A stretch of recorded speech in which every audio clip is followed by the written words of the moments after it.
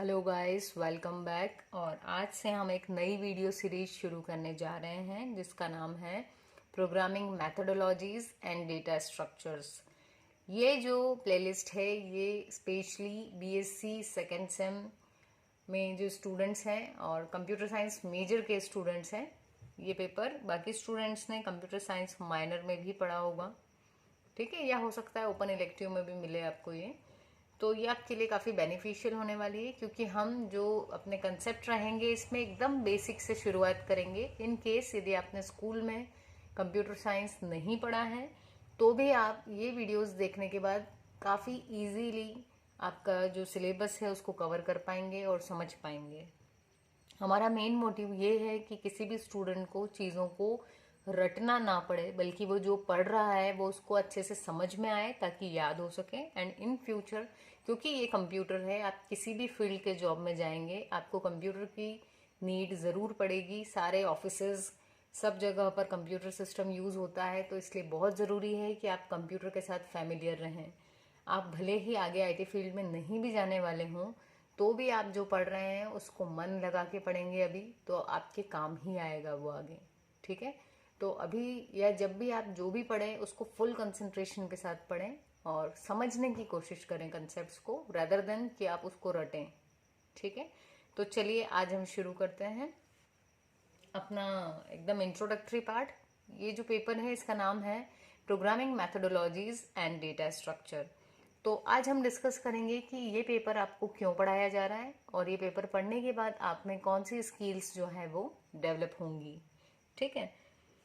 तो चलिए हम बात करते हैं। उससे पहले यदि आपने चैनल नहीं सब्सक्राइब किया है तो चैनल को ज़रूर सब्सक्राइब करो, क्योंकि जो आपका सब्सक्राइबर्स काउंट है वो मुझे मोटिवेट करता है कि हाँ, यदि नंबर ऑफ काउंट बढ़ रहा है मतलब ज़्यादा लोग उससे बेनिफिटेड हो रहे हैं तो फिर ये मेरी रिस्पॉन्सिबिलिटी बन जाती है कि मैं वीडियोस रेगुलरली बनाऊं। यदि जो सब्सक्राइबर्स हैं वो एक जगह पर स्टक हो जाते हैं तो फिर मोटिवेशन नहीं मिल पाती है, तो फिर दूसरे जो मेरे काम रहते हैं मैं उसमें फिर बिजी हो जाती हूँ वापस। बट यदि आप चाहते हैं कि मैं अपने बिजी शेड्यूल से टाइम निकाल के आपके लिए डेली वीडियोस लाऊं तो आप खुद भी सब्सक्राइब करें और अपने दोस्तों को कह के और सब्सक्राइबर्स बढ़वाइए, ठीक है। तो चलिए हम बात करते हैं programming methodologies and data structure क्यों पढ़ने वाले हैं इसके बारे में। तो देखिए, सबसे पहले हम बात करते हैं कंप्यूटर की। कंप्यूटर क्या है? ये एक इलेक्ट्रॉनिक डिवाइस है जो आपके बहुत सारे कामों को ऑटोमेटेड कर देता है, ठीक है। मतलब जैसे कैलकुलेशंस यदि हमें मैन्युअली करना पड़ रही थी तो हम ऑटोमेटिक कर रहे हैं उसको। फाइल्स वगैरह मैनेज करना पड़ रही थी तो हमारे पास बहुत सारे सॉफ्टवेयर्स अवेलेबल हैं कि आप डेटा डायरेक्ट उसी में स्टोर कर सकते हो, ठीक है। तो बहुत सारी चीज़ें हैं, जैसे आपकी टिकट बुकिंग है, एडमिशन्स करवाने हैं, आपने कॉलेज में जब एडमिशन लिया होगा तो एप्लीकेशन जो फील की थी वो भी आपने कंप्यूटर के थ्रू की थी। जो आप जितने भी वेबसाइट्स यूज़ करते हैं या ऑनलाइन शॉपिंग करते हैं वो भी कहीं ना कहीं हम कंप्यूटर्स के थ्रू कर रहे हैं, ठीक है। कंप्यूटर को क्यों हम कह रहे हैं, मोबाइल के थ्रू भी कर रहे हैं, लेकिन कंप्यूटर का नाम क्यों लिया जा रहा है, क्योंकि हम जिन सॉफ्टवेयर्स के थ्रू उसको यूज़ कर रहे हैं एप्लीकेशंस को, वो एप्लीकेशंस कंप्यूटर से ही बनी है ना। तो अब मेन चीज आती है कि ये जो कंप्यूटर है इसके पास में खुद का दिमाग नहीं होता। कंप्यूटर खुद से कोई भी चीज परफॉर्म नहीं कर पाता है। तो फिर क्वेश्चन आता है कि लेकिन कर तो यही रहा है सारी चीजें। तो ये कर पाता है बट किसके थ्रू? ये सॉफ्टवेयर्स के थ्रू अपने टास्क को परफॉर्म करता है। जैसे यदि ऑनलाइन शॉपिंग भी करनी है तो आप क्या करते हैं, किसी वेबसाइट पे जाते हैं। अब उस वेबसाइट पर आप कैसे जाते हैं अगर कंप्यूटर यूज कर रहे हैं तो या तो आप कोई ब्राउजर यूज करोगे, गूगल क्रोम हो गया, इंटरनेट एक्सप्लोरर हो गया, तो वो क्या हो गया, वो हो गया हमारा सॉफ्टवेयर। अब हम बात करेंगे कि सॉफ्टवेयर का काम क्या होता है। तो सॉफ्टवेयर का काम होता है ये किसी पर्टिकुलर काम को परफॉर्म करता है, पर्टिकुलर टास्क को क्या कर देता है, परफॉर्म करता है। जैसे अगर कोई सॉफ्टवेयर बनाया अपन ने, मान लो कैलकुलेटर बनाया, ठीक है, तो वो क्या करेगा, कैलकुलेशन के काम कर रहा है, तो ये एक फिक्स बात हो गई कि वो सिर्फ कैलकुलेशन करेगा। जैसे आपका एक सॉफ्टवेयर हो गया व्हाट्सएप, ठीक है, तो व्हाट्सएप क्या करता है, उसके कुछ फिक्स फीचर्स हो गए कि आप चैटिंग कर सकते हैं, मैसेज भेज सकते हो, टेक्स्ट मैसेज, आप वीडियो मैसेज भेज सकते हो, वीडियो कॉल कर सकते हो, आप फोटो भेज सकते हो। अब धीरे धीरे वो अपने फीचर्स और बढ़ाते जा रहे हैं कि आप जो मैसेज था पहले आपने भेज दिया, विद इन एन आवर यदि उसको डिलीट करते हो तो मैसेज डिलीट हो गया सभी के लिए। पर यदि आप चाह रहे हो कि जैसे ही सामने वाला उस मैसेज को पढ़ ले बस उसके बाद में वो डिलीट हो जाए, तो वन टाइम ओपन वाला भी सिस्टम उसने अवेलेबल करवाया है, तो वो भी एक फीचर है। तो ये क्या हो गया, हमारा एक सॉफ्टवेयर हो गया, और वो क्या कर रहा है, पर्टिकुलर टास्क परफॉर्म कर रहा है। यहाँ पे टास्क क्या है व्हाट्सएप के केस में, कम्युनिकेशन। आप कम्युनिकेट कर पा रहे हो अपनी बात, या तो फोटो से, वीडियो से, या फिर मैसेज के थ्रू। ठीक, तो अब बात आती है कि ये सॉफ्टवेयर क्या है, और यदि बेसिक में जाएं तो सॉफ्टवेयर क्या है, सेट ऑफ प्रोग्राम्स। मतलब जो हम बोलते हैं ना सॉफ्टवेयर इंजीनियर्स, वो क्या करते हैं, वो बहुत सारे प्रोग्राम्स लिखते हैं। तो सबसे शुरू में वो एक प्रोग्राम लिखेगा, फिर दो तीन जितने प्रोग्राम्स उसको लिखना पड़ रहे हैं वो सब लिखने के बाद उन सारे प्रोग्राम्स को वो मर्ज कर देता है। तो जब वो मर्ज हो गए मतलब कलेक्शन हो गया, उस कलेक्शन को हम क्या बोल रहे हैं, सेट। तो वो जो कलेक्शन है प्रोग्राम का, वो जब मिल करके काम करते हैं कुछ, तो हम क्या बोलते हैं उन प्रोग्राम्स के ग्रुप को, सॉफ्टवेयर। अब बात आती है कि प्रोग्राम क्या होता है। हम बहुत बेसिक से चलने वाले हैं। प्रोग्राम क्या होता है, तो प्रोग्राम ये होता है कि भाई हमने अभी बात की कि कंप्यूटर जो है वो बुद्धू बॉक्स है, उसको खुद से कुछ नहीं आता।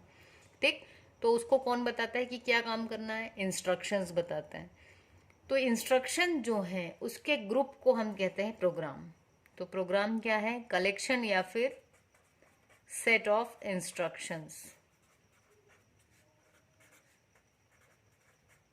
हम उसको कुछ इंस्ट्रक्शंस देते हैं, जैसे हम उसको बोलते हैं a+b कर दो और c में सेव करना है, तो यहां पर हम क्या लिखेंगे, c = a+b।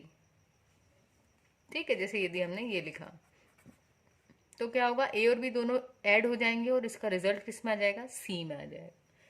तो अब कंप्यूटर क्या करता है, खुद से नहीं कर पाता, ये जो है इस एक लाइन को भी कहेंगे हम इंस्ट्रक्शन। तो जो प्रोग्राम होगा उसमें हम एक से ज्यादा लाइंस ऑफ कोड, इसको बोलते हैं लाइन ऑफ कोड, तो हम वो लिखेंगे तो उसको कहेंगे कि हमने एक प्रोग्राम बनाया है।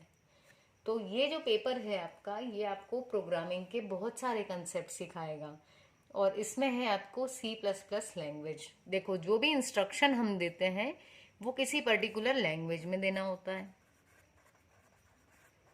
ना। जैसे यदि आपकी ही बात की जाए, जब आप एग्जाम में जाते हो तो आपको कुछ इंस्ट्रक्शंस दिए जाते हैं कि आपको एडमिट कार्ड लेकर आना है, अपने साथ और कुछ नहीं लाना है, स्मार्ट वॉच पहन के नहीं आना है। तो ये सारे क्या हो गए आपके लिए इंस्ट्रक्शंस। तो ये किसी लैंग्वेज में दिए गए, या तो हिंदी में या फिर इंग्लिश में, जो आप समझ पा रहे हो। ठीक है, ऐसे ही जो कंप्यूटर होता है इसके लिए बहुत सारी लैंग्वेजेस यूज़ की जाती हैं, जैसे C++, जावा, पाइथन, और भी बहुत सारी, कोबोल, बहुत सारी नई नई लैंग्वेजेस हैं। ठीक है, PHP, C#, HTML, बहुत सारी। तो ये जो लैंग्वेजेस हैं ये हैं हाई लेवल लैंग्वेज, ये बेसिकली हमारे लिए है लैंग्वेज। कंप्यूटर कौन सी लैंग्वेज समझता है, कंप्यूटर समझता है मशीन लेवल लैंग्वेज। अब आपके मन में आएगा क्वेश्चन, या तो आपको पता होगा फर्स्ट सेम में पढ़ा होगा, या फिर आपको लग रहा होगा ये मशीन लेवल लैंग्वेज क्या है। तो मैं आपको बता दूं कि हमने जो बाइनरी कोड पढ़ा था ना, जिसमें हम जीरोज और वंस के ही कलेक्शन की बात करते थे, ये जीरो और वन के ही फॉर्म में जो होती है वो होती है मशीन लैंग्वेज। तो अब क्योंकि मान लो अगर ऐड बताना है आपको कभी, और उसके लिए मशीन कोड है ये, मान लिया यदि हमने, तो मुझे जब भी ऐड लिखना है तो मेरे को ये कोड लिखना पड़ेगा। तो ज़रूरी नहीं है कि हमें हमेशा ये बाइनरी कोड याद हो। तो इसलिए हम मशीन लैंग्वेज ना यूज़ करते हुए कौन सी लैंग्वेज यूज़ करते हैं, हाई लेवल लैंग्वेज, जो इसके कोड्स हमको याद रहे। ठीक है, तो जो हम देखने वाले हैं आपके सिलेबस में है C++। अब जो जितनी भी लैंग्वेजेस हैं इनमें जितने भी आगे हम इंस्ट्रक्शंस यूज़ करने वाले हैं उनमें बहुत सारी सिमिलैरिटीज़ होती हैं। तो इसलिए कहा जाता है कि C या C++ को सबसे पहले पढ़ाया जाता है, ताकि इसके बाद जावा या कोई दूसरी भी लैंग्वेज आप जब सीखने जाएं तो आपको बहुत इजीली चीज़ें समझ में आए। ठीक है, तो आपके बेसिक कंसेप्ट्स को क्लियर करने के लिए सी या फिर C++ में आपको स्टार्टिंग करवाया जाता है प्रोग्रामिंग को। ठीक है, तो ये था हमारा आज का लेक्चर। नेक्स्ट वीडियो में हम प्रोग्रामिंग की जो लैंग्वेजेस हैं उसके बारे में बात करेंगे और फिर आगे वाले वीडियोस में हम प्रोग्रामिंग शुरू करेंगे। और प्रोग्रामिंग बहुत इजी होने वाली है, आपको काफ़ी अच्छी लगेगी। आपको यदि आईटी फील्ड में नहीं भी जाना है तो भी यदि आप प्रोग्रामिंग सीखते हैं तो आपको इंटरेस्टिंग लगेगा। ये वैसा ही है जैसा जब हम स्कूल में होते हैं और हम जब मैथ्स के कुछ क्वेश्चंस को सॉल्व कर लेते हैं। ऐसा मेरे साथ बहुत होता था, शायद आपके साथ भी होता हो, कि जब हम मैथ्स के कुछ सम्स को सॉल्व करते हैं और बुक में पीछे आंसर्स दिए हुए होते हैं और जब हम उसको टैली करते हैं, आंसर हमारा मैच हो जाता है, तो जो खुशी हमें मिलती है, उस तरीके से ही जब हम कोई प्रोग्राम हमें दिया जाता है असाइनमेंट में या फिर एग्जाम्स में और हम उसको बना लेते हैं और वो रन हो जाता है ना। क्योंकि कुछ लोग या तो नेट पे देख करके रन करेंगे, उसको खुद से बनाने की कोशिश नहीं करेंगे, लेकिन यदि आप मेरे वीडियोस देखते हैं तो आप में ये स्किल डेवलप हो जाएगी कि आप प्रोग्राम्स खुद से बना पाएँ, क्योंकि आपको बेसिक कंसेप्ट समझ में आएंगे। तो खुद से बनाए हुए प्रोग्राम्स को जब रन करोगे तो आपका जो एक सेटिस्फेक्शन लेवल होगा वो बहुत हाई होगा। तो आई विश कि आप आगे की वीडियोस भी देखें और वीडियोस पूरे देखें और अच्छे आपकी जो भी ड्रीम्स हैं उनको फुलफिल करें। और आईटी फील्ड में भी यदि जाना चाहते हैं तो ये भी बहुत ही अच्छी बात है। तो यदि आप पढ़ने के लिए तैयार हैं तो मैं आपकी हेल्प करने के लिए तैयार हूँ कि आपके जो सारे कंसेप्ट्स हैं वो हम बेसिक से क्लियर करेंगे। और यदि फिर भी आपको कोई डाउट आता है किसी भी वीडियो में तो आप कमेंट करके ज़रूर बताइए। बट आपको चैनल ज़रूर सब्सक्राइब करना है और दोस्तों से भी करवाना है, इतना तो बनता है, राइट। सो ये जो वीडियो थी ये रिक्वेस्ट की थी कृष्णा ने। Okay Krishna, so thank you guys.